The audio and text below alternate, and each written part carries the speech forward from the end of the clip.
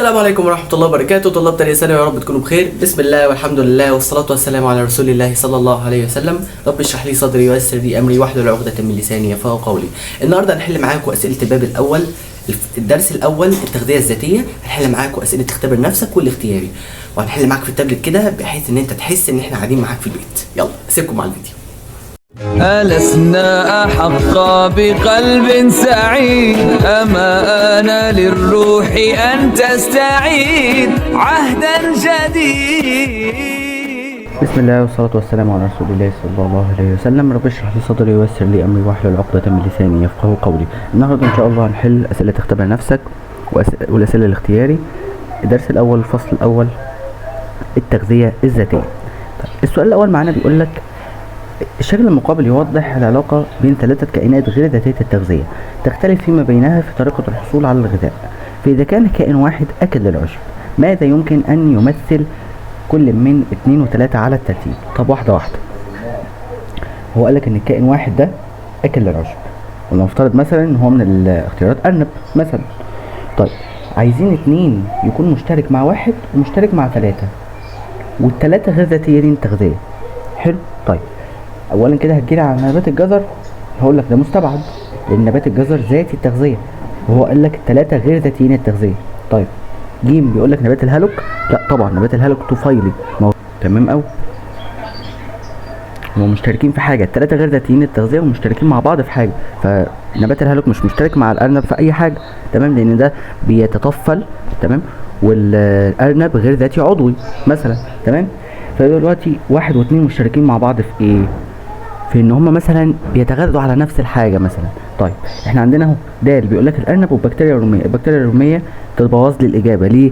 لان الارنب مش هيبقى مشترك مع البكتيريا الروميه في حاجه. تمام، ما هو 2 مشترك مع 3 في حاجه، فالارنب استحاله يشترك مع البكتيريا الروميه في حاجه. البكتيريا الروميه كائن غير ذاتي رمي، والارنب غير ذاتي عضوي، فمش هيشتركوا مع بعض. فيبقى الاجابه اللي فاضله معانا ب. ليه؟ لان 2 الانسان مشترك مع الارنب مثلا انه بيتغذى على العشب مثلا، ومشترك مع الاسد انه بيتغذى على اللحم. تمام، فيبقى 2 مشترك مع 1 في حاجه، ومع 2 مع 3 في حاجه. تمام كده، يبقى الاجابه ان شاء الله ب. تختبر نفسك بيقول لك اي الرسومات البيانيه التاليه يعبر عن العلاقه بين كميه الماء الممتص وعدد الشعيرات الجذريه. احنا اتفقنا ان كل ما عدد الشعيرات الجذريه بيزيد كميه الماء الممتص بتزيد، فيبقى العلاقه ان شاء الله طرديه، يبقى الاجابه الف. السؤال اللي بعده بيقول لك ماذا يحدث إذا كان تركيز الماء في محلول التربة أقل من تركيز الماء في الفجوة العصارية للشعيرة الجذرية؟ واحدة واحدة. احنا اتفقنا ان المية بتنتقل بالخاصية الاسموزية من التركيز الأقل للأملاح إلى التركيز الأعلى في الأملاح. تمام، فبيقول لك ماذا يحدث إذا كان تركيز الماء في محلول التربة أقل، يعني بيقول لك تركيز الماء. تمام، تركيز الماء في محلول التربة اقل من تركيز الماء في الفجوه العصاريه. تركيز الماء في محلول التربه اقل، يعني تركيز الملح اعلى. حلو، انا كده جبت مفتاح الحل. فالميه هتنتقل من تركيز الملح الاقل الى تركيز الملح الاعلى، واللي هو تركيز الماء الاعلى الى تركيز الماء الاقل. حلو كده. تمام، يعني هينتقل من الفجوه العصاريه للشعيره الجذريه الى التربه. فاللي هيحصل ستفقد الشعيره الجذريه الماء نظرا لانتقال الماء بالخاصية الاسموزية من الوسط الأقل في تركيز الأملاح اللي هو الأعلى في تركيز الماء إلى الوسط الأقل في تركيز الماء اللي هو الأعلى في تركيز الأملاح. اختبر نفسك بيقول لك من الشكل المقابل ما اتجاه انتقال الماء. جايب لك غشاء شبه منفذ اللي هو لونه جنبي ده، وفي محلول صاد تركيزه 1%، وبره في محلول س تركيزه 3%. واحنا خدنا برضو ان الماء بينتقل بالخاصية الاسموزية من الوسط الاقل في تركيز الاملاح اللي هو صاد عندنا الى الوسط الاعلى في تركيز الاملاح اللي هو س عندنا. يبقى اتجاه انتقال الماء هيبقى من صاد الى س بالخاصية الاسموزية، يبقى الاجابة ب. السؤال اللي بعده بيقول لك الشكل المقابل يوضح قطعة بطاطس طازجة تحوي داخلها ماء مقطر تم وضعها في كأس بها محلول سكري مركز. يعني تركيز المحلول هنا في الكأس تمام أكبر من تركيز الماء المقطر. الماء المقطر تركيزه 0، ما فيهوش أي أملاح. تمام. طيب أي الاختيارات التالية يوضح نتيجة التجربة بعد مرور 24 ساعة بالنسبة لإيه؟ لحجم المحلول السكري وحجم الماء على الترتيب. واحده واحده كده نفهم ايه اللي هيحصل. هي الميه بتنتقل بالخاصيه الاسموزيه من الوسط الاقل في تركيز الاملاح الى الوسط الاعلى في تركيز الاملاح. يعني من اخر الماء هينتقل بالخاصيه الاسموزيه من داخل البطاطس الى خارجها تبع السهم كده. حلو تمام. فيبقى حجم الماء داخل قطعه البطاطس هيقل، وحجم الماء داخل الكأس سيزداد. تمام. يبقى الإجابة إن شاء الله ألف.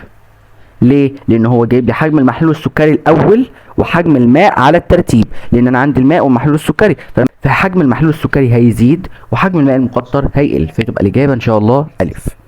السؤال اللي بعده بيقول لك تتميز الشعيرات الجذرية في نباتات الأراضي الملحية والصحراوية هو بضغوط اسموزية مالها.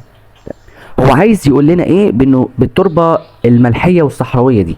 التربه الملحيه والصحراويه يعني تركيز الملح فيهم عالي من الاخر، تمام، وتركيز الميه فيهم قليل، تمام.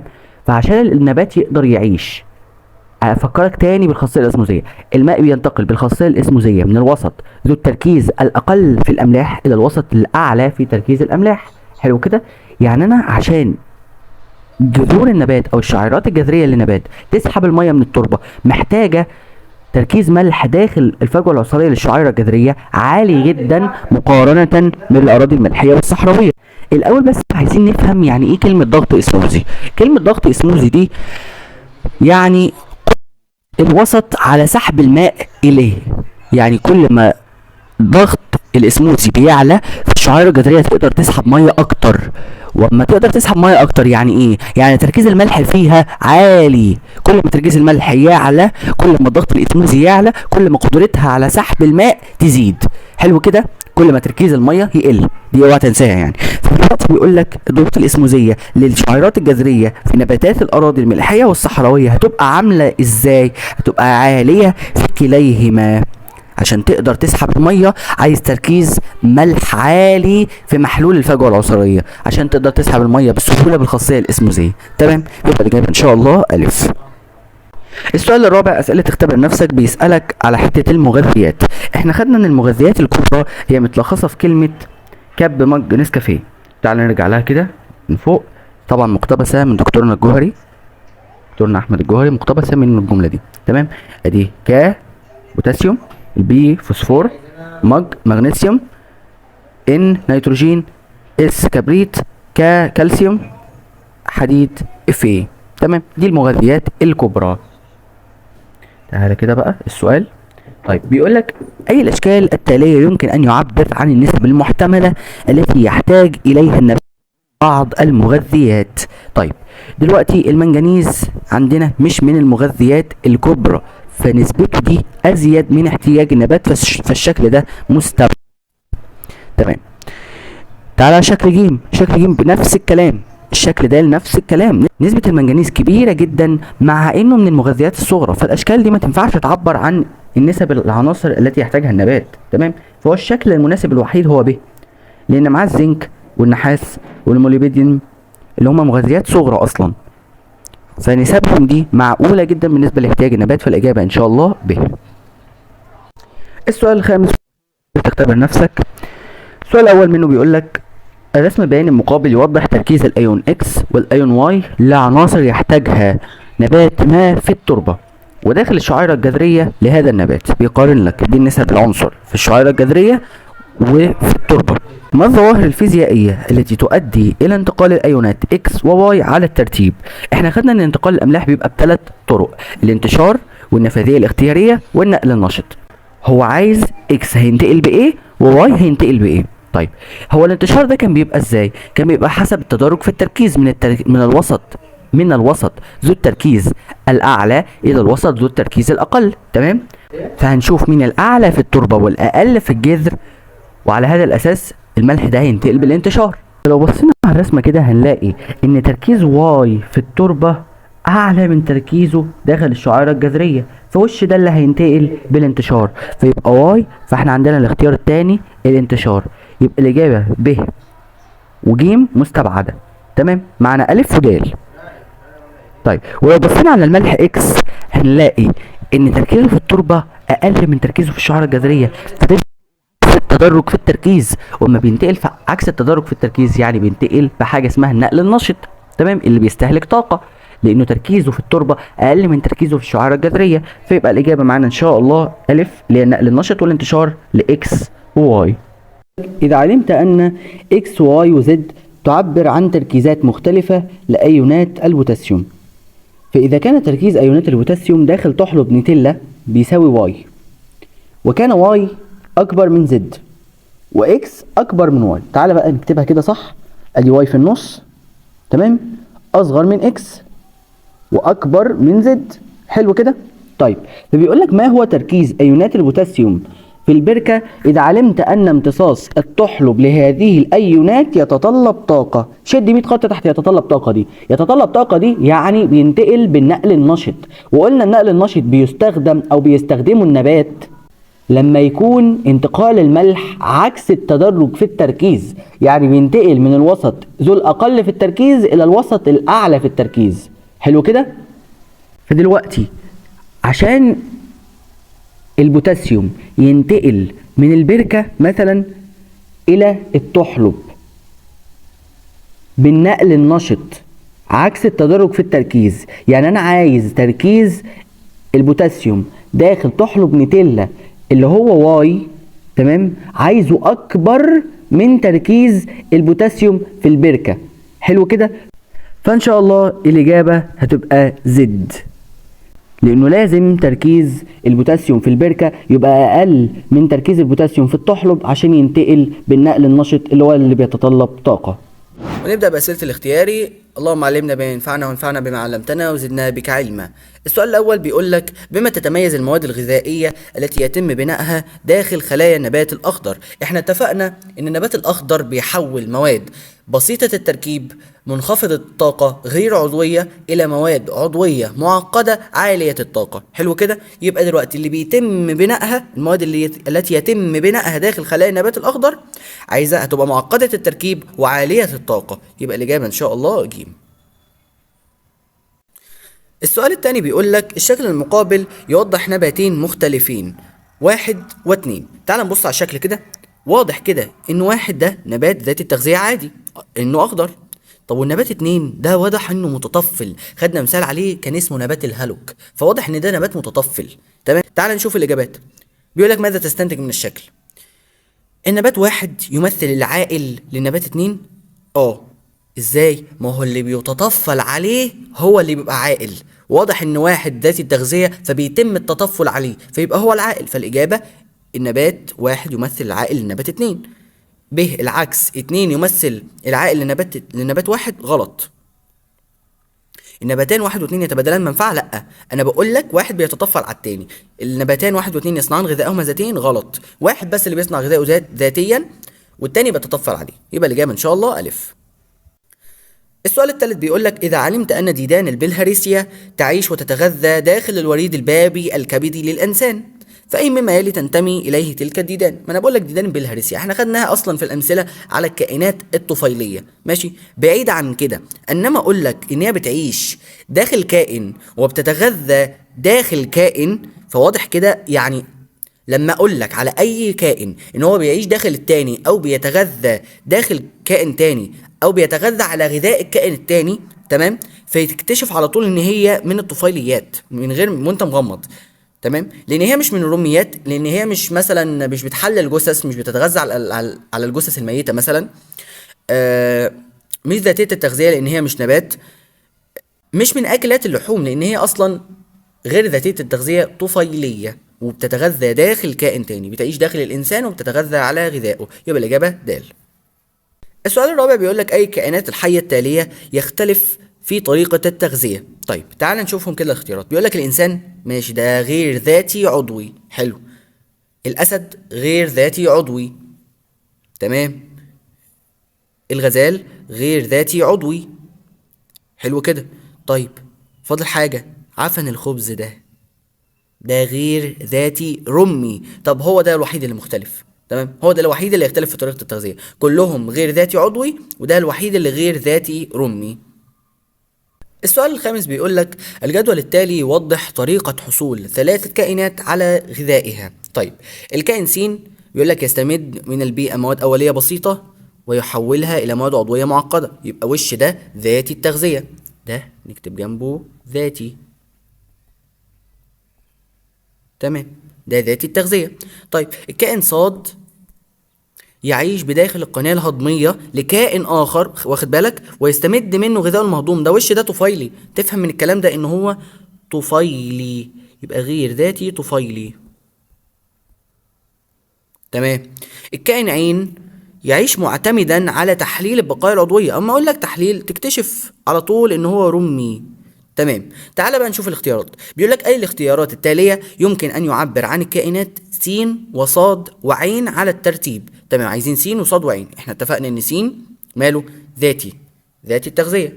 طيب وصاد طفيلي وعين رمي. طيب عايزين من الاختيارات ما يدل على ذلك. طيب دودة الاسكارس س لا، س عايزين كائن ذاتي التغذية، فدودة الاسكارس دي كائن طفيلي فما تنفعش. فطر عيش الغراب ده فطر من الفطريات، ده كائن رمي. تمام، فما ينفعش يكون مكان س، ده مش ذاتي التغذية. تمام. عندنا نبات الذرة ونبات الذرة، نبات الذرة تنفع في الاتنين. تمام، يبقى احنا معانا ج ودال، ألف وب مستبعدة.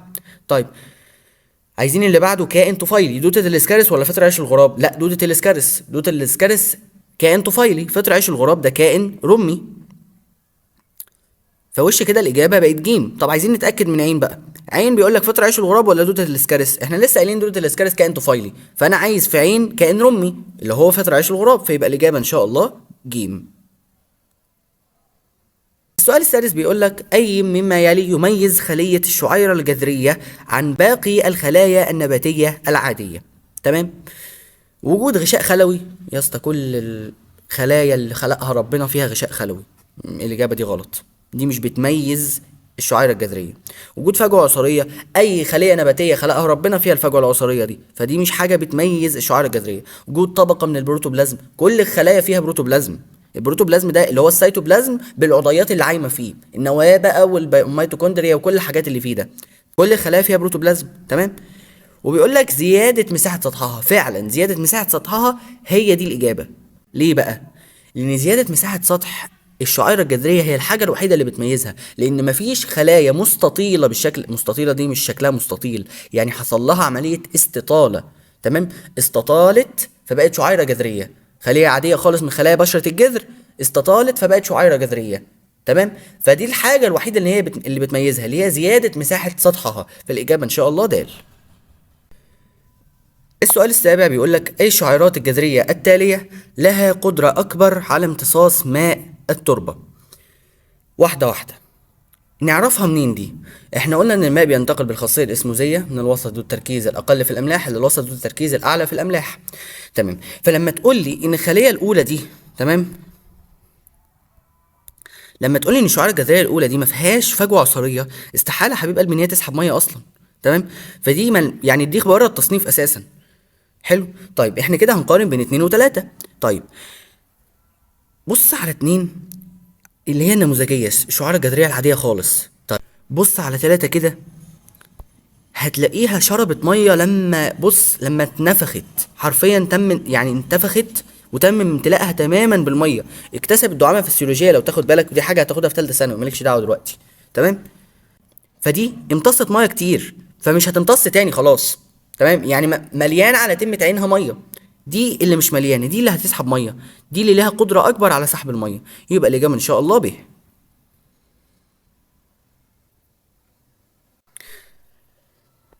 السؤال الثامن بيقول لك اي مما يلي ليس له علاقه بملائمه الشعيره الجذريه لوظيفتها في امتصاص الماء. هو احنا قلنا ان من خواص الشعيره الجذريه ان هي رقيقه الجدر، تمام، محاطة بمادة غروية محبة للماء، عددها كتير، تشغل مساحة سطح كبيرة.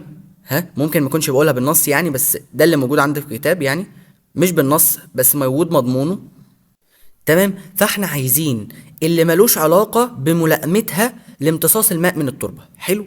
تمام، غياب طبقة الكيوتين طبعا ده اساسي، يعني لو كان في طبقة كيوتين اللي هي مادة شمعية كارهة للماء كانت هتمتص مية اصلا؟ لا، فيبقى دي مش معانا، لان هو عايز اللي ملوش علاقه، دي ليها علاقه. تمام، فدي مش معانا. جيم بيقول لك كثره عددها وامتدادها خارج الجذر، دي حاجه اساسيه اصلا، دي من يعني زيادة مساحة السطح الممتص منه الماء دي حاجة أساسية جدا من وظيفتها أساسا، تمام؟ فدي مش معانا برضو، لأن معلش كل ما هزود الشعيرات الجذرية وازود مساحة السطح اللي همتص منه مية، فده هيزود من امتصاص المية، فدي ملائمة وظيفية لامتصاص الماء من التربة، تمام كده؟ دي معانا، فعشان كده ما تنفعش للسؤال. رقة جدارها السليلوزي، أنا لسه قايل لك إن جدرها رقيقة، ده من خواصها أو ده من صفاتها التي لها علاقة بملائمة الشعيرة الجذرية لوظيفتها، تمام؟ فدي برضو مش معانا. تعال بقى على ب، بيقول لك وجود اعداد كبيره من الميتوكوندريا. معلش هو ده ماله مال امتصاص الميه؟ وجود اعداد كبيره من الميتوكوندريا يعني هتحرق لي جلوكوز كتير، يعني هتطلع لي طاقه كتير. هل ده ليه علاقه بامتصاص الميه؟ لا، فيبقى هي دي الاجابه، يبقى الاجابه ب. السؤال التاسع بيقول لك ادرس الرسم البياني المقابل الذي يوضح تركيز ايونات بعض العناصر في التربه وخلايا شعيرات جذريه لنبات ما، ثم حدد أي العناصر الأكثر امتصاصا بخاصية الانتشار. واحدة واحدة. الانتشار ده هو انتقال الملح من الوسط الأعلى في التركيز إلى الوسط الأقل في التركيز، تمام؟ فأنا عايز الملح اللي هينتقل بخاصية الانتشار يكون تركيزه في التربة أعلى من تركيزه في الشعيرة الجذرية. مين اللي محقق عندي الشرط ده؟ 2. الملح 2 هو الوحيد اللي هينتقل بالانتشار. لو بصيت الاخضر ده الشعيره الجذريه والاحمر ده محلول التربه، تمام؟ انت عندك 4 مش موجود اصلا في الشعيره الجذريه، تمام؟ 3 موجود هنا قد هنا، تمام؟ في الشعيره الجذريه قد محلول التربه. 1 ده هينتقل بالنقل النشط عشان موجود في الشعيره الجذريه اكتر من التربه، تمام؟ فيبقى الاجابه عندنا هنا الملح 2، ملح رقم 2 هو اللي هينتقل بالانتشار. هتقولي طب ما 4 تركيز الملح في محلول التربة عالي جدا ومش موجود حاجة خالص في الشعيرة الجذرية. هقول لك يبقى ده مش بينتقل بالانتشار، ده بينتقل بالنفاذية الاختيارية، لأن النفاذية الاختيارية بتدخل الملح حسب احتياج النبات. فواضح كده بما إن النبات ما فيهوش أي نسبة منه يبقى النبات مش محتاجه تماما، تمام؟ فيبقى الإجابة إن شاء الله 2 اللي هو ب. السؤال العاشر بيقول لك أي المواد الغذائية التالية لها القدرة على عبور الأغشية البلازمية للخلايا. احنا اتفقنا ان المواد الغذائية التي لها القدرة على عبور الأغشية البلازمية هي المواد اللي حجمها قليل، اللي حجمها صغير جدا، هي المواد اللي حجمها صغير جدا، تمام؟ النشا لا، ده من الجزيئات البيولوجية الكبيرة، تمام؟ لأن ده سكر معقد فما ينفعش. أيونات الكالسيوم خليها على جنب. الجلايكوجين زيه زي النشا برضو ناتج عن تعقد السكر، بس الفرق ان النشا في النبات والجلايكوجين في الحيوان والانسان، تمام؟ البروتين معروف طبعا ان حجمه كبير، انه جزيء كبير بروتين، تمام؟ فيبقى اللي فاضل معانا ايونات الكالسيوم وهي دي الاجابه. السؤال 11 بيقول لك خليه نباتيه تم وضعها في محلول فاكتسبت الماء منه بالخاصيه الاسموزيه، تمام؟ يعني ايه؟ يعني تركيز الملح في المحلول اقل من تركيز الملح في الخليه. حلو كده؟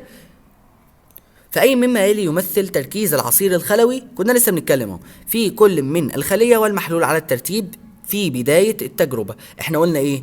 احنا قلنا ان الخاصيه الاسموزيه هي انتقال الماء من الوسط الاقل في التركيز للاملاح الى الوسط الاعلى في التركيز للاملاح، تمام كده؟ حلو. فانا عايز دلوقتي عشان الخلية اكتسبت مية، فمعنى كده ان تركيزها هي اعلى من تركيز المحلول. فهو عايز دلوقتي في كل من الخلية والمحلول، الخلية هي اللي اكبر والمحلول هو الاقل، فيبقى الاجابة 7 و2. مش هتنفع 1 و3 ولا هتنفع 2 و7 ولا هتنفع 1 و1، فيبقى الاجابة ج.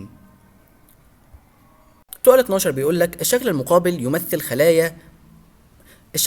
يمثل 4 خلايا متجاورة تحتوي على تركيزات مختلفة للسكر، تمام؟ أي مما يلي يمثل حركة انتقال الماء بالخاصية الإسموزية. حلو. احنا قلنا الخاصية الإسموزية تاني بتقول ايه؟ ان الماء بينتقل من الوسط الأقل في الأملاح إلى الوسط الأعلى في الأملاح، تمام كده؟ طيب تعال نشوف تركيزات الخلايا دي.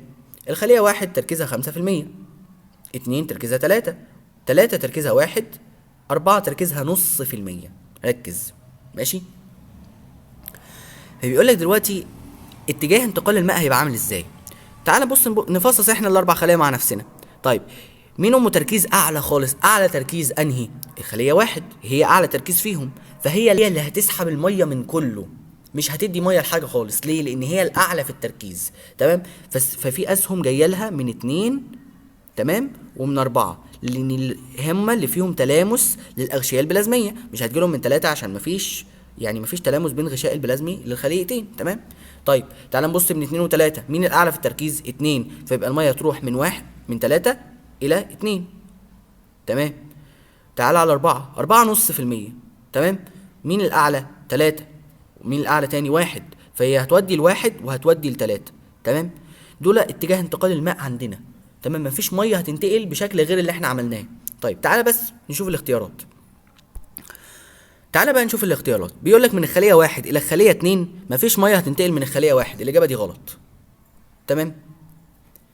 من الخليه 2 الى الخليه 3 غلط. ليه؟ لان الخليه 2 تركيزها اعلى من الخليه 3، فالاجابه دي برضو غلط. من الخليه 3 الى الخليه 4 غلط برضو، لان تركيز الخليه 3 اعلى من تركيز الخليه 4. هي مفيش غير الخليه 4 الى الخليه 1. من الخليه 4 الى الخليه 1 صحيحه، لان الخليه 1 تركيزها اعلى من الخليه 4. يبقى الاجابه د. السؤال 13 بيقول لك الشكل المقابل يوضح تجربة معملية تم فيها وضع مخبار مملوء بالهواء فوق مخبار آخر مملوء بغاز ملون، أي مما يلي يفسر ما حدث. واحدة واحدة. بيقول لك في بداية التجربة الغاز الملون اهو، والهواء اهو. طيب بعد مرور ساعة الغاز الملون انتشر في المخبرين كلهم، يعني الاعلى والاسفل، مش لاعلى بس. عارف لو لاعلى بس كان الشكل بقى زي ده بالظبط بس مقلوب. تمام. مش هيبقى الشكل ده خالص، ده لو لاعلى فقط. تمام. فما تنفعش الاعلى فقط يا حبيبي. تمام. لازم لاعلى ولاسفل. افهم الحته دي كويس. فيبقى الاجابه ان شاء الله الف، ان الغاز بينتشر في كل المخبرين. هتقولي ما هو كان موجود تحت من الاول. ايوه كان موجود تحت من الاول وانتشر في الاتنين، طلع فوق ونزل تحت وانتشر في الاتجاهين مع بعض. تمام. مش في اتجاه واحد، لانه لو كان انتشر في اتجاه واحد كان زمانه طلع كله فوق والهواء كله نزل تحت وما كانش ظهر عندنا الشكل ده. تمام. يبقى الاجابه الف. السؤال 14 بيقول لك بدراستك للشكل المقابل أي مما يلي تؤدي حركة جزيئاته إلى تغير لون الماء للأحمر داخل الكأس بعد مرور ساعة. واحدة واحدة. هو إيه الرسمة دي؟ بيقول لك ده قمع مقلوب. تمام. وده كأس بها ماء ومحلول حبر أحمر داخل القمع، وده مغطي القمع بغشاء شبه منفذ. القمع مقفول بغشاء شبه منفذ ومحطوط داخل الكأس. حلو. طيب بيقول لك أي مما يلي تؤدي حركة جزيئاته إلى تغير لون الماء إلى الأحمر داخل الكأس بعد مرور ساعة. حلو. مين هتأدي حركة جزيئاته لتغير لون المية؟ الحبر ولا المية؟ لا أكيد الحبر طبعا. تمام. يبقى الحبر خلال الغشاء بالانتشار ولا بالاسموزية؟ بالانتشار مش بالاسموزية. الاسموزية دي للمية بس، المية بس هي اللي بتنتقل بالاسموزية. الملح أو أي حاجة تانية غير المية اللي هو مثلا زي الحبر، تمام، دي بس اللي بتنتقل بالانتشار. المية بس هي اللي بتنتقل بالاسموزية. تمام. فيبقى الذي تؤدي حركة جزيئاته إلى تغير لون الماء داخل الكأس إلى الأحمر، تمام، هو الحبر إلى داخل الكأس أو خلال الغشاء بالانتشار. 15 بيقول لك في الشكل التالي تم وضع كيس سيلولوزي كما هو موضح في الحالات 1 و2 و3. واما اقول لك كيس سيلولوزي يعني هو كأنه بيقول لك غشاء منفذ للماء. حلو كده. تمام. في بداية التجربة داخل الكيس السيلولوزي في الحالة الأولى 10% جلوكوز، وبره الكيس السيلولوزي 10% جلوكوز. ده هنا مش هيحصل انتقال ماء أبدا من الخاصية الاسموزية. تمام. فواحد تركيز الماء ثابت في الكيس السيلولوزي وفي الكأس. طيب في الحالة 2 تركيز الجلوكوز 20% وتركيز الجلوكوز في الكأس 0%. بيقول لك 100% مية ما فيهاش جلوكوز خالص. تمام. فالمية هتنتقل من الوسط ذو الأقل في التركيز للأملاح إلى الوسط الأعلى في التركيز للأملاح. حلو كده. فالمية هتروح من الكأس إلى الكيس السيلولوزي. تمام. ماشي. ده في الحالة 2. طيب في الحالة 3 10% جلوكوز داخل الكيس و20% جلوكوز ده داخل الكأس او خارج الكيس السليلوزي، فالميه هتنتقل من التركيز الاقل للجلوكوز الى التركيز الاعلى للجلوكوز، فكميه الماء داخل الكيس السليلوزي هتقل، وكمية الماء داخل الكأس في الحالة 3 هتزيد. طيب تعالى بقى على الأسئلة. بيقول لك ما تركيز الماء تقريبا داخل الكيس السليلوزي في الحالة 1؟ الحالة 1 داخل الكيس السليلوزي 10% جلوكوز، يبقى تركيز المية 90% من المية. تمام، يبقى دي الإجابة. السؤال الثاني بيقول لك ما تركيز الماء تقريبا داخل محلول الكأس في الحالة 3؟ محلول الكأس فيه 20% جلوكوز، يبقى 80% مية، يبقى الإجابة ج. السؤال ده بيقول لك ما تركيز الجلوكوز داخل المحلول في الكأس في الحالة 2؟ تقول له صفر، لأنه 100% مية، فالإجابة صفر. السؤال 16 بيقول لك ما الخاصية التي تفسر سبب اكتساب الخضروات لطعم الملح عند طهيها؟ تمام. أول حاجة كده أنت هتلغي لي التشرب. ليه هلغي لك التشرب يا عم؟ هو مش التشرب ده طريقه لامتصاص الميه؟ اديك قلت امتصاص الميه مش لامتصاص الملح، فده يتلغى. واحنا قلنا عندنا 3 مواد بس، خدنا امثله ل3 مواد بيمتصوا الماء بخاصيه التشرب، اللي هم السليلوز والبكتين وبروتينات البروتوبلازم. تمام. طيب الاختيار ب بيقول لك النفاذيه الاختياريه، اكيد لا، لان النفاذيه الاختياريه دي متعلقة بالنبات نفسه، مش متعلقة بالثمرة اللي بيتم طهيها. تمام، دي حاجة أصلا. والحاجة التانية إن أنا بحط من الآخر الثمرة، ولتكن مثلا البطاطس، في مية مليانة ملح، فالملح بينتقل بالانتشار من الوسط الأعلى في التركيز للملح إلى الوسط الأقل في التركيز للملح، اللي هي البطاطس اللي أنا حطيتها. تمام، فأصلا الملح هينتقل بالانتشار، فده سبب اكتساب الخضروات لطعم الملح عند طهيها. تمام، طبعا مش النقل النشط، ليه؟ عشان النقل النشط ده بيبقى عكس التدرج في التركيز وبيتطلب طاقة. ومن الآخر يا حبيب قلبي، أنا الكلام ده أنا عايز نبات حي عشان ينفذه. تمام، عايز نبات ليه جذور وبيعمل بناء ضوئي، إنما أنا لو سبت البطاطساية لوحدها مش هتعمل لي بناء ضوئي من الآخر. فاهم قصدي؟ تمام، مش هينفع مثلا أقول لك إن أنا سايب الخياراية بعد ما قطفتها من الثمرة، بعد ما قطفتها من الشجرة، وسايبها كده في التلاجة بتعمل بناء ضوئي. لا يا حبيبي، هي ما بتعملش، لأن هي ما فيهاش، مش حية دلوقتي. تمام، ما بتقومش بعمليات حيويه اصلا دلوقتي، مش بتنمو. وصلك الفكره؟ الكلام ده مع النبات اللي بينمو بس. النبات اللي ليه جذور في الارض ومستمر في النمو وبيعمل بناء ضوئي، فده اللي بيقوم بالنفاذيه الاختياريه والنقل النشط. فالنفاذيه الاختياريه والنقل النشط مستبعده عندي، وانا بطبخ الخضار مستبعده عندي. والتشرب كده كده مش للاملاح، دي للميه، فيبقى الاجابه الانتشار. السؤال 17 بيقول لك ماذا تتوقع عند ازاله جذور خليه نباتيه بطريقه ما ثم وضعها في ماء مقطر؟ واحده واحده، عشان الحته دي اصلا يعني هتجيلك في ثالثه ثانوي قدام. دلوقتي يا عم ده، ثواني نصغر الخط شويه.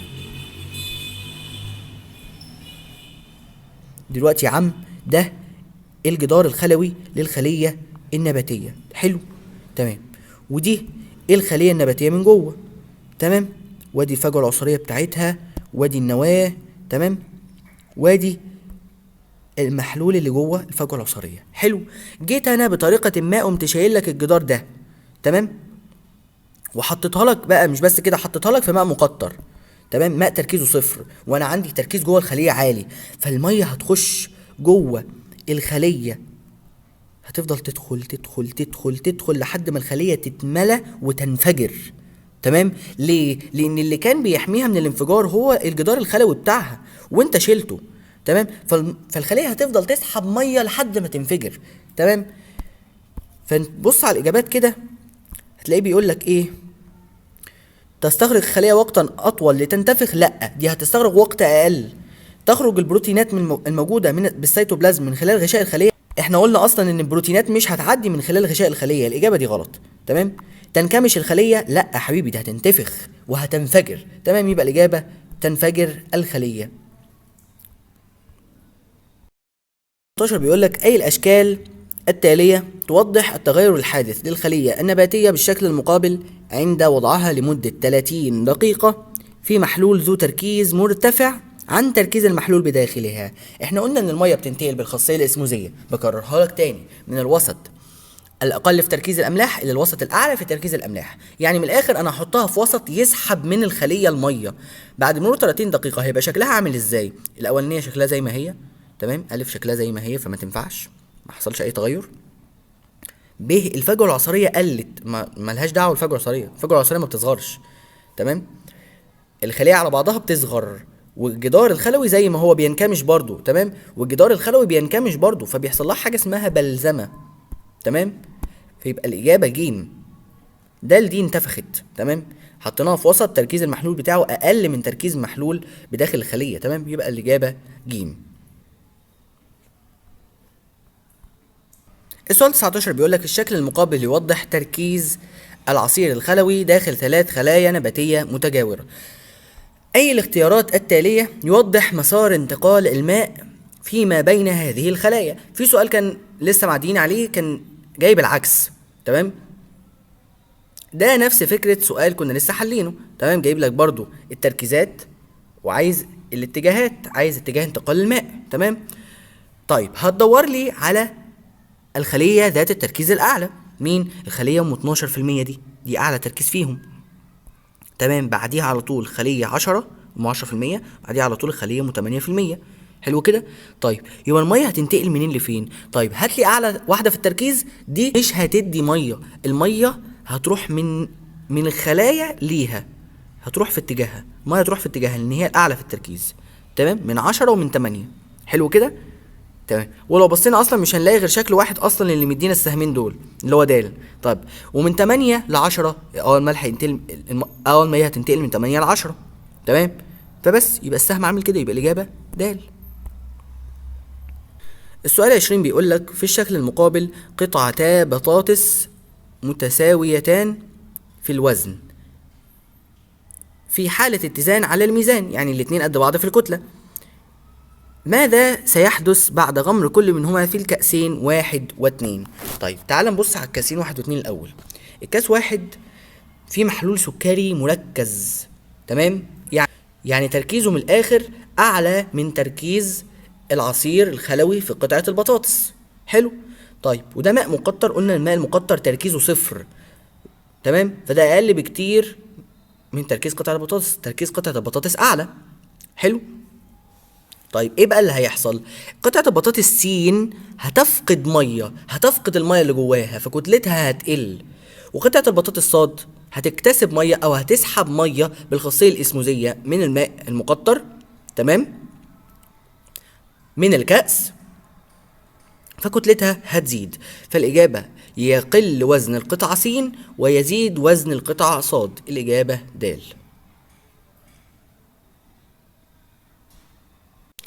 السؤال 21 بيقول لك ماذا يحدث عند غمر الخلية النباتية في محلول ذو ضغط اسموزي منخفض 1%، منخفض بنسبة 1% يعني بالنسبة لتركيز الخلية، تمام. احنا اتفقنا يعني ايه ضغط اسموزي اصلا. الضغط الاسموزي ده هو قدرة الخلية على اكتساب الماء او سحب الماء بالخاصية الاسموزية، قدرة الخلية على سحب الماء بالخاصية الاسموزية، ده بيتناسب طرديا مع تركيز الملح في الوسط، تمام. كل ما تركيز الملح يزيد الضغط الاسموزي للوسط يزيد. حلو. وتركيز الميه بيقل فتركيز الملح يزيد فالضغط الاسموزي للوسط يزيد. حلو كده. طيب ده ضغط اسموزي اقل ب1% اقل ب1% بالنسبه لتركيز الخليه. حلو كده. طيب ايه بقى اللي هيحصل؟ الميه هتروح منين لفين؟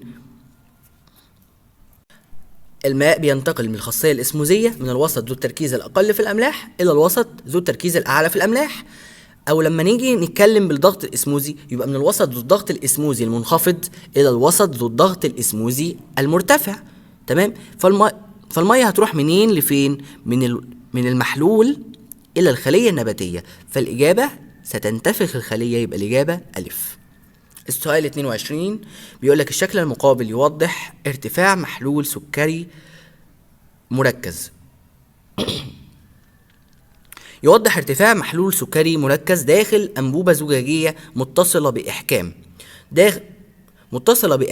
داخل قطعة جزر مجوفة موضوعة في محلول سكري مخفف. واحدة واحدة كده نفهم الكلام.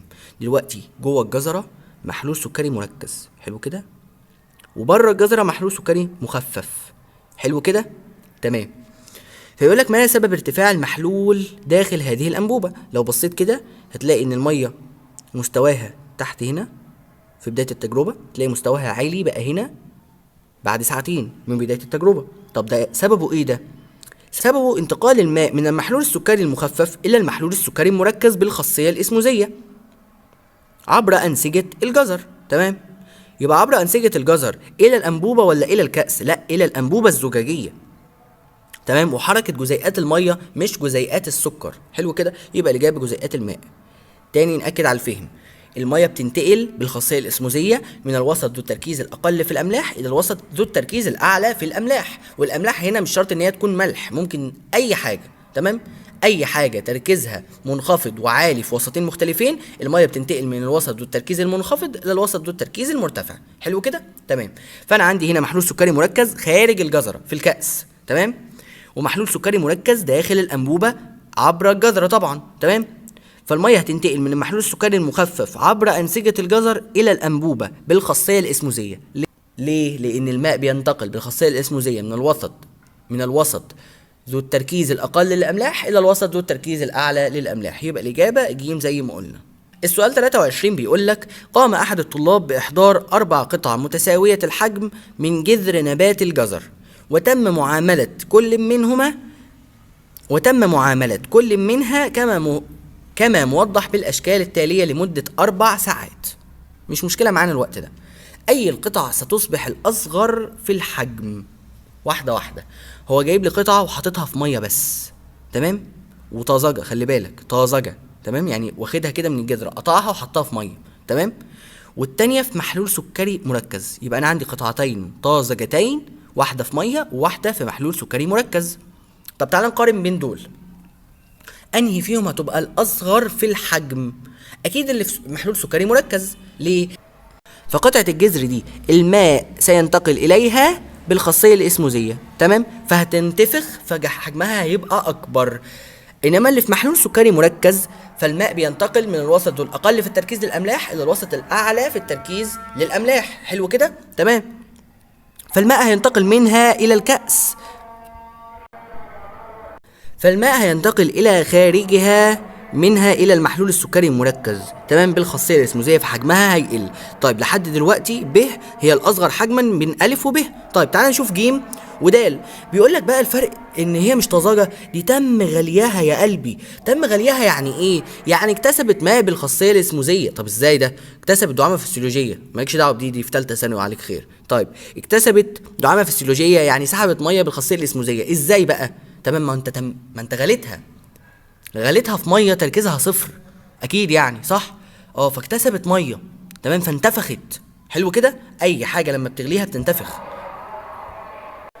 فبنفس الكيفيه دي لو اتحطت في ميه وهي مغليه هتكتسب ميه اكبر، فيبقى دي اكبر حجم فيهم، ج دي اكبر حجم فيهم، تمام. ولو حطيتها في محلول سكري في ميه هتتسحب منها، بس مش زي ب، لان ب حجمها اصغر والميه اللي فيها اقل من د، تمام، فدي هتسحب بيها ميه هتعادل بيها التركيز في المحلول السكري المركز، تمام، هتعادل بيها التركيز وهيتفضل ميه جوه الخليه، فهيفضل برضو حجمها اكبر من ب. يبقى الاجابه هنا ان شاء الله ب.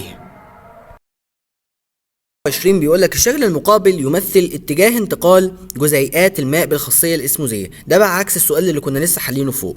اللي فوق كان جايب لك تركيزات وبيقول لك هات الاتجاهات، يعني هو هنا جايب لك الاتجاهات وعايز التركيزات من الاعلى للاقل، بس ركز هو عايز تركيز ايه بالله عليك، تمام. الشكل المقابل يمثل اتجاه انتقال جزيئات الماء بالخاصيه الاسموزيه فيما بين 3 خلايا نباتيه متجاوره. حلو. أي الاختيارات التالية يمثل الترتيب الصحيح للخلايا من الأقل تركيز إلى الأعلى تركيز للماء؟ اقفش، لأنك لو جبتها للملح هتبقى إجابة تانية، تمام. احنا هو عايزه للماء، عايز ترتيب من الأقل تركيز إلى الأعلى تركيز للماء. طب هعرفها منين دي؟ ما هو يا حبيب قلبي الأعلى تركيز للملح هو الأقل تركيز للماء، فانت هترتبهم لي حسب تركيز الملح من الاقل مثلا الى الاعلى وتعكسهم لي، هيبقى من الاقل تركيز للماء الى الاعلى تركيز للماء. حلو كده، تعال. مين هنا الاعلى تركيز للملح؟ 3. ليه؟ لان هي اللي بتسحب ميه بس ما بتديش ميه لحد، فهي اعلى تركيز فيهم. حلو كده، فالميه بتنتقل من الوسط ذو الاقل تركيز للاملاح الى الوسط ذو التركيز الاعلى، فما فيش ميه طالعه منها، فهي دي ذات التركيز الاعلى.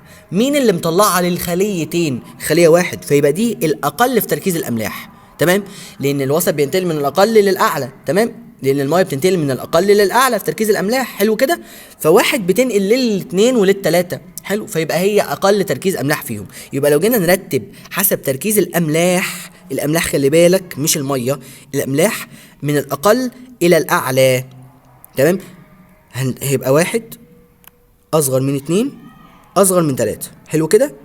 طيب لو عايزينها بالميه، لو عايزين الميه بقى، تمام، الاعلى تركيز للملح هي الاقل تركيز للميه بالظبط. فاحنا عايزين الاقل تركيز الى الاعلى تركيز. طيب لو جينا نرتبها نبقى 3، تمام، اصغر من 2 اصغر من 1. حلو كده. فعلى الوضع ده الترتيب من الأقل تركيزا للماء إلى الأعلى تركيزا للماء. يبقى الإجابة إن شاء الله د. 3 2 1، من الأقل تركيزا للماء إلى الأعلى تركيزا للماء. السؤال 25 بيقول لك إذا علمت أن الضغط الإسموزي للخلية النباتية س يعادل 5% محلول سكروز، ما تركيز محلول السكروز الذي يؤدي إلى تحول الخلية من الوضع 1 إلى الوضع 2 عند وضعها فيه؟ الوضع 1 اللي هي خلية عادية جدا، تمام، لما حطيناها في محلول سكروز تركيزه مجهول، تمام، بقت بالشكل 2 ده، انكمشت من الآخر. يعني تركيز المحلول اللي وضعناها فيه أكبر من تركيز فجوتها العصارية اللي هو لسه قايلهولي إن هو 5% محلول سكروز، تمام. يعني أنا عايز أكبر من 5% محلول سكروز. مين هنا أكبر من 5؟ 10%. يبقى الإجابة د. تمام.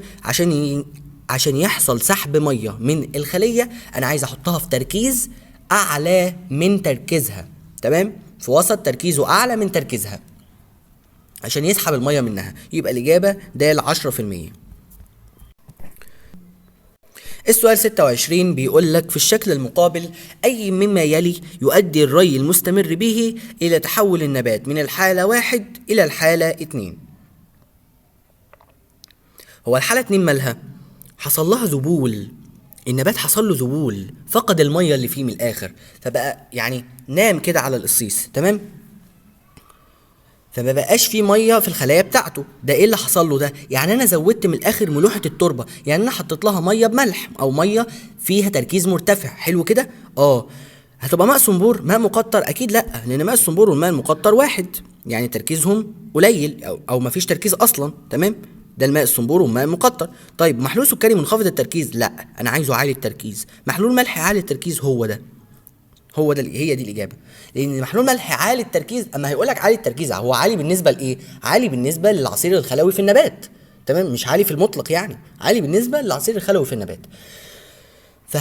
فالميه هتنتقل بالخاصيه الاسموزيه من داخل النبات الى المحلول الملح عالي التركيز، تمام. فعشان كده لو انت فاكر مثلا ان كتر السماد في التربه هيخليها تربه خصبه وصالحه لزراعه نباتات اكتر يعني وكده، اكيد لا، فانت غلطان ليه؟ لان انت كده بتزود ملوحه التربه، عمال بتحط لها في عناصر في عناصر في عناصر، فتركيز العناصر جواها بيزيد، تمام، فبتسحب الميه. خلي بالك انت كده بتسحب الميه من النبات، فهتؤدي لذبوله، وممكن يموت النبات اصلا بسببك. فممكن يموت اصلا النبات بسبب زياده الاسمده دي، تمام. 27 بيقولك في الشكل المقابل تم وضع كمية من محلول السكروز تركيزه 10% في النصف الأيمن، أو 10% في النصف الأيمن، وكمية مساوية من محلول السكروز، كمية مساوية خلي بالك بس تركيز أقل 6% في النصف الأيسر، تمام. أي مما يلي تتوقع حدوثه بعد مرور بعض الوقت، تمام. لو تفتكر برضو الخاصية الإسموزية هي انتقال الماء من الوسط ذو الأقل في التركيز للأملاح إلى الوسط الأعلى في التركيز للأملاح. مين هنا الأقل؟ اللي في الجانب الأيسر. مين الأعلى؟ اللي في الجانب الأيمن. فالمية هتنتقل من الوسط ذو التركيز المنخفض إلى الوسط ذو التركيز المرتفع من اليسار إلى اليمين. يبقى اللي هيحدث هو يتحرك الماء من اليسار إلى اليمين. يبقى الإجابة ج. السؤال 28 بيقول لك من الشكل المقابل ما الخاصية التي تنتقل بها المادة A بين الخلايا؟ واضح كده ان المادة A دي بتنتقل رايحة على الفجوة العصارية على طول، تمام، في ال3 خلايا رايحة على الفجوة العصارية عدل، فواضح كده ان هي المية. طب ليه مش الملح؟ يا اسطى المية عشان رايحة تعادل تركيز في الفجوه العصاريه بينه وبين الوسط اللي هي جايه منه. تمام. الماء بينتقل بالخاصيه الاسموزيه من الوسط ذو الاقل في التركيز للاملاح الى الوسط ذو التركيز الاعلى للاملاح. حلو كده. فهي رايحه على الفجوه العصاريه عشان تعادل التركيز بين الفجوه العصاريه وبين الوسط الخارجي. حلو كده. تمام. فيبقى هي الميه مش الملح. الملح ما بينتقلش بالاسموزيه ولا بالتشرب، انما بيتقل بالانتشار والنقل النشط، وما بيروحش خلي بالك على الفجوه العصاريه. الملح مش بيروح على الفجوه العصاريه، الملح بيروح على السيتوبلازم، بيتم استخدامه في العمليات الحيويه للخليه، فمش بيروح على الفجوه العصاريه عشان يزود تركيزها ولا حاجه. تبقى الاجابه الاسموزيه. السؤال 29 بيقول لك في الشكل المقابل ما الخاصيه التي تتحرك بها ايونات الصوديوم من ب الى الف؟ وش كده تقول لي الانتشار. ليه الانتشار؟ لان الانتشار هو انتقال جزيئات الملح اللي هو الصوديوم، تمام، من الوسط ذو التركيز الاعلى الى الوسط ذو التركيز الاقل، فالاجابه الانتشار. السؤال اللي بعده بيقول لك ما الخاصيه التي يتحرك بها جزيئات الماء من الف الى ب؟ هي الخاصيه الاسموزيه. ازاي طيب؟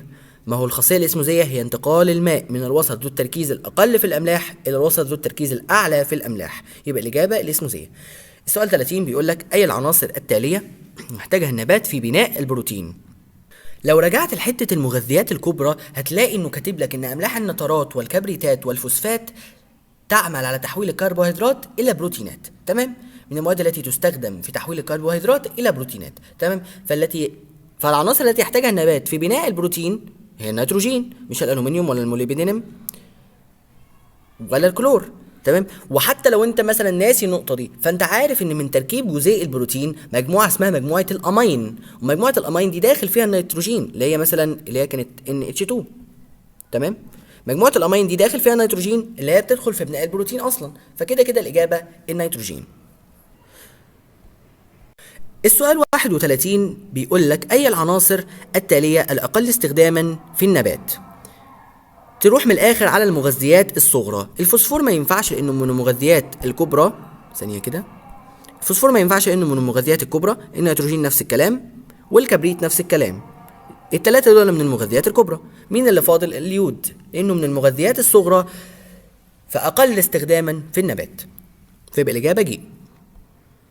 السؤال 32 بيقول لك إذا كان تركيز أيونات البوتاسيوم في ماء البركة 1.2 في 10 أس 3 أيون لكل لتر، فما تركيزها في العصير الخلوي لتحلب النتيلا إذا علمت أن امتصاص أيونات البوتاسيوم يتطلب طاقة؟ يتطلب طاقة يعني بينتقل من البركة إلى التحلب بالنقل النشط، لأنه بيتطلب طاقة، فأنا كده محتاج يكون تركيزه في العصير الخلوي لتحلب نتيلا أعلى ولا أقل؟ أكيد أعلى، فمش هتنفع دي لأن أكيد أعلى، فألف مش هتنفع لأنه متساوي، ب مش هتنفع لأنه أقل، ج برضو مش هتنفع لأنه أقل، ودال هي الوحيدة اللي هتنفع لأنه تركيز أيونات البوتاسيوم كده في التحلب أكبر من تركيزه في ماء البركة، فده هيخلي البوتاسيوم ينتقل بالنقل النشط أو بنقل يتطلب طاقة إلى داخل التحلب، فيبقى الإجابة د. السؤال 33 بيقول لك في الرسم البياني المقابل ما سبب عدم حدوث امتصاص للعنصر عين؟ تلاقي ان العنصر عين موجود في التربة بكمية كبيرة ومش موجود منه في النبات خالص، تمام. س موجود في النبات بنسبة اقل مما موجود في التربة، صاد عكسه موجود في التربة اقل مما موجود في النبات، تمام. فانت استنتاجا كده يعني العنصر س هينتقل الى النبات بالانتشار وصاد هينتقل للنبات بالنقل النشط. عين بقى ما انتقلش للنبات ليه اصلا؟ باختصار وبكل بساطة لأن النبات لا يحتاجه، لأن وجوده في صورة أينه ملوش دعوة، تركيزه عالي جدا في التربة ما بيأثرش على امتصاصه، ما بيأثرش على امتصاص النبات للعنصر عين، أو لأنه من المغذيات الصغرى. مين قال لك إن المغذيات الصغرى لا تمتص بواسطة النبات؟ بتمتص ولكن بنسب قليلة، تمام. إنما عين لم يتم امتصاصه تماما لأن النبات لا يحتاجه، بس بكل بساطة يبقى الإجابة ج. السؤال اللي بعده بيقول لك ما الخاصية التي يعتمد عليها النبات لامتصاص العنصر صاد؟ لسه مستنتجينها وقلنا ان هي النقل النشط. 3 بيقول لك إذا علمت أنه في حالة غياب العنصر صاد لن تتم عملية البناء الضوئي. هو مين اللي مسؤول عن البناء الضوئي أصلا؟ لو رجعت لحتة المغذيات الكبرى هتلاقي ان الحديد بيدخل في تركيب انزيمات تساعد على اتمام عملية البناء الضوئي، فيبقى صاد هو الحديد. يبقى الإجابة ألف. 4 بيقول لك أي مما يلي يفسر سبب وجود العنصر صاد بتركيز أعلى من العنصر س في خلايا النبات. هتبقى باختصار كده، لأن النبات يحتاج للعنصر صاد أكتر من العنصر س. امتصاص العنصرين الاتنين مش بيتموا بخاصية الانتشار، دي س بس اللي بتتم بخاصية الانتشار، صاد بالنقل النشط، فالإجابة دي غلط. فالإجابة ب دي غلط. الأول تم امتصاصه بالانتشار والثاني بالنقل النشط، غلط. العكس، صاد هي اللي بالنقل النشط وس هي اللي بانتشار، وغير كده ده مش سبب لوجود العنصر صاد بتركيز أعلى من العنصر س. تمام. والأول تم امتصاصه بالنقل النشط والثاني بالانتشار، برضو ده ملوش علاقة. اللي ليه علاقة هو احتياج النبات، لأن دي اسمها نفاذية اختيارية. هتقولي هو كده بينتقل بالنقل النشط ولا بالنفاذية الاختيارية؟ النفاذية الاختيارية دي حبيب قلبي هي احتياج النبات للعنصر. فاحتياج النبات للعنصر بقى، النبات محتاج العنصر الفلاني، تمام. العنصر الفلاني ده بقى لو تركيزه في التربة أعلى من تركيزه في النبات فهينتقل بالانتشار. لو تركيزه في التربة أقل من تركيزه في النبات هينتقل بالنقل النشط. النفاذية الاختيارية دي حاجة بتحدد دخول العنصر إلى النبات أو عدم دخوله تماما، تمام. مش بتحدد طريقة الدخول، تمام. طريقة الدخول إما بالانتشار أو بالنقل النشط. النفاذية الاختيارية هي اللي بتخلي النبات يمتص العنصر أصلا، تمام. فالإجابة ألف. السؤال 34 بيقول لك أي الآليات التالية تسمح بعملية النقل داخل الخلية؟ يا ترى النقل النشط ولا الانتشار ولا النفاذية الاختيارية ولا الإسموزية؟ واحدة واحدة. بيقول لك تسمح بعملية النقل إلى داخل الخلية. والله النقل النشط هيدخل لي الملح من التربة أو من الوسط الخارجي إلى داخل الخلية النباتية، طبعا عكس التدرج في التركيز ويتطلب طاقة، بس هيدخل لي العنصر، تمام. الانتشار نفس الكلام بس مع التدرج في التركيز. النفاذية الاختيارية هي الأساس أصلا اللي بتحدد احتياج النبات للعنصر أو عدم احتياجه، تمام. فالنفاذية الاختيارية برضو تسمح بعملية النقل إلى داخل الخلية. والإسموزية تسمح بعملية نقل الماء إلى داخل الخلية. بتنتقل الإسموزية انتقال الماء من الوسط ذو التركيز الأقل في الأملاح للوسط ذو التركيز الأعلى للأملاح، تمام. فيبقى الإجابة د. كلهم بيسمحوا بعملية النقل إلى داخل الخلية سواء كانت نقل ملح أو نقل ماء. طيب فيبقى الإجابة د.